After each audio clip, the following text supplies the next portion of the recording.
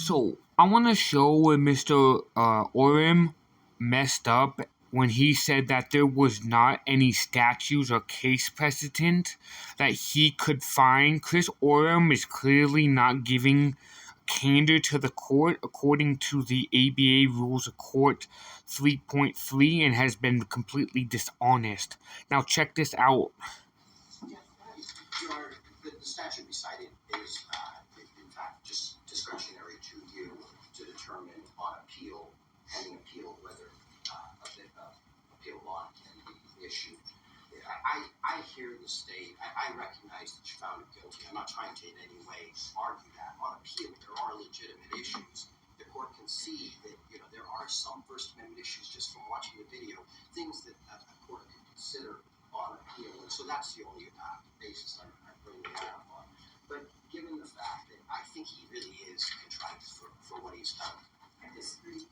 Have you watched the videos that have been posted since he's been incarcerated?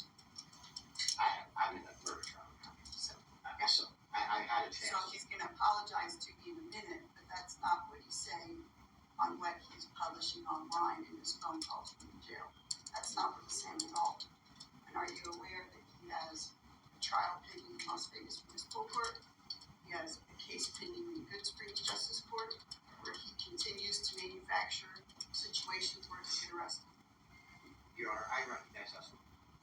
No, Your Honor, he's not at all aware because in the beginning of this video, he said that he didn't even do a background search.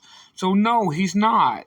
He just lied to you there by saying yes, he was. Sort of doing for a living, and this is, he's now being incarcerated. So what he's saying in the couple of weeks since he's been incarcerated, when he calls from the jail and publishes them on his website, is not what he's about saying. Okay? So he's going to apologize to you now, but that's not what he's doing publicly, okay? Yeah, sure. I hear that. I won't have to speak at this time, but I would still ask you to consider that there may be legitimate issues. I think there are for Judge Levitt to consider, and I think these are sort of issues of first impression. That was the other thing I saw, is that in the state of Nevada, I can't find any case law that specifically talks about this filming of police officers. So that was dishonest, and here's the actual statute that I found. Not that one. Here we go, right here. Nevada Statute 171.1223, recording of a law enforcement. Mr. Orem, you couldn't find out one statute or one case law that said this, given the fact that there's case precedents from Flamingo Paradise Gaming LLC. There's case law after case law after case law that you can find. I mean, there's even case law, I even found case law within their own county of Clark County. Lawrence versus Clark County. This was a case about obstruction in the First Amendment. And you're telling me you couldn't find one single case, not one single law or statute that talks about freedom of press or recording of law enforcement, and that you couldn't find the statutes because you didn't look for them. I mean, here's the definitions of news reporter. It's a pretty broad spectrum under Rule 229. There's Pasado versus the City of Reno was also about a First Amendment obstructing case, and you couldn't find not a single case that talked about this or a single state case law. What you're doing is you're being lying and you're being deceitful. Police officers, what I would say to the court is I recognize that it's obnoxious behavior. That's what it appears to be. Whether it's protected is another thing that I think higher courts need to look at. But I can see if Again, the higher courts have already looked at it. There's a Supreme Court. It's in our Constitution, and there is case law. You just didn't do your job. Oops, not that one. You just didn't do your job when actively pursuing this case because you said, and I quote, "I'm in the middle of a murder trial." So you didn't actually have time to handle his case.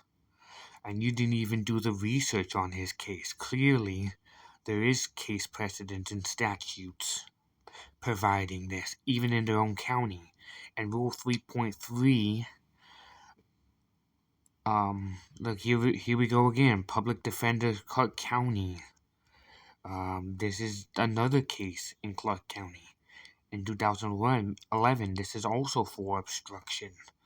I don't know why he's saying these, but these things are inaccurate. Let's go back to the video of what he was saying.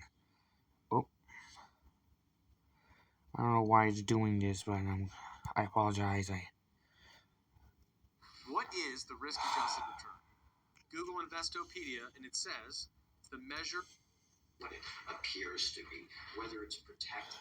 Sorry, I'm gonna go back. Continues to manufacture situations where I'm gonna go back a little over there. Just from watching the video, things that a court could consider on appeal, and so that's the only basis I'm bringing that up on. But given the fact that I think he really is contrite for what he's done. I disagree. Have you watched the videos that have been posted since he's been incarcerated? I'm in a murder trial. So I had a chance. So he's going to apologize to you in a minute, but that's not what he's saying on what he's publishing online in his phone calls from the jail. That's not what he's saying at all. And are you aware that he has a trial pending in Las Vegas Municipal Court? He has a case pending in Good Springs Justice Court where he continues to manufacture situations where he's been arrested. Your Honor, I recognize that's what he was sort of doing for a living, and this is, he's now being incarcerated. So what he's saying in the couple of weeks since he's been incarcerated, when he calls from the jail and publishes them on his website, is not what he's about saying. Okay? So he's going to apologize to you now, but that's not what he's doing publicly. Okay? Yes, Your Honor. I know that. I won't have him speak. But I would still ask you to consider that there may be legitimate issues. I think there are for Judge Levitt to consider, and I think these are sort of issues of first impression. That was the other thing I saw, is that in the state of Nevada, I can't find any case law that specifically talks about this filming of police officers. What I would say to the court is I recognize that it's obnoxious behavior. That's what it appears to be. Whether it's protected is another thing that I think higher courts need to look at. But I can. The courts of appellates have already looked at this, as we already have looked at. The appellate courts and the Supreme Court have looked at this. This guy does not know what he was doing. He is clearly incompetent. If the court has already made up the court's mind. I want to be clear. I did not have a problem with him filming, and I said that when I sentenced him. That was not the issue. It was the safety issues that he created with his behavior. And I also did not sentence him because of his ridiculous behavior in court. That wasn't why I sentenced him to jail. I sentenced him because I found him guilty beyond reasonable doubt, and I thought that was the appropriate sentence. I could have given him 180 days on each count, ran it consecutive for a year in jail, but I didn't. And his behavior was unacceptable in court, but that's not what I sentenced him for. I think it's Rule 2.8 ABA Rules of Decorum of the Court. Mr. Decastro did not follow the decorum of the court. I did not sentence him for his behavior in court. I sentenced him for his behavior for the 2 charges that he faced. Yes, Your Honor. All right, so your motion is denied. Thank you. The Honorable Mrs. Zimmerman was 100% correct in her judgment, and the only reason I say this, even after all the stuff you saw, is because he did not make the appropriate arguments, and he did not make a argument that, one, you have a right to record law enforcement under the law, and that there is case law that allows you to do this. I think it's this one. Nope, sorry. That allows you to do this, and that 171.122 says that you can record it. A person who's not under arrest may record a law enforcement officer in the duties and maintain custody and control of recording of any property or instrument by using a personal recording, by using a person to record a law enforcement activity. A person who's under arrest does not have that status alone. He was not under arrest at that time. His argument should have been, Your Honor, there was no obstruction here because he was recording. He even stated that he was not concerned with his recording until he started talking. The officer even stated in his own testimony that he was 5 to 10 feet away. The officer was 10 to 15 feet away, so I'm assuming he was 15 feet away while the other was 10. And then you have to figure in his testimony where he says when he was cross-examined by Michael Mees, where he said, "Is it reasonable? What would be a reasonable distance?" He said 20 feet, and then he said, "At 20 feet, can a person reasonably hear the other person?" He said, "No, not without screaming." So I believe he was within a reasonable feet. He did follow the law and abide by the law, and that Mr. Ovam and Mr. Mees both failed to properly um, show candor to the court, and there was a bunch of misconduct by the attorney, both defense and the attorney bringing this case. This case should have never been brought to trial. This case should have been dropped. There's already case precedents within your county, and the Rule 3.3 requires you to show candor, and that case should have been dismissed, not incarcerated for his crimes, as you can see here in Clark County. Hold on here a second. I'm trying to make this video shorter because the lawyers were complaining that it was too long.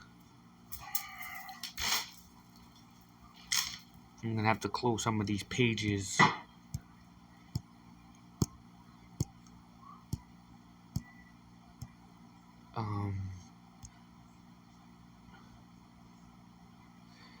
But basically, yeah, the officers falsely testified and gave false testimony. Then when they denied the people to allow them to be in the court, well, the courts are always open. They should have allowed handheld devices as well.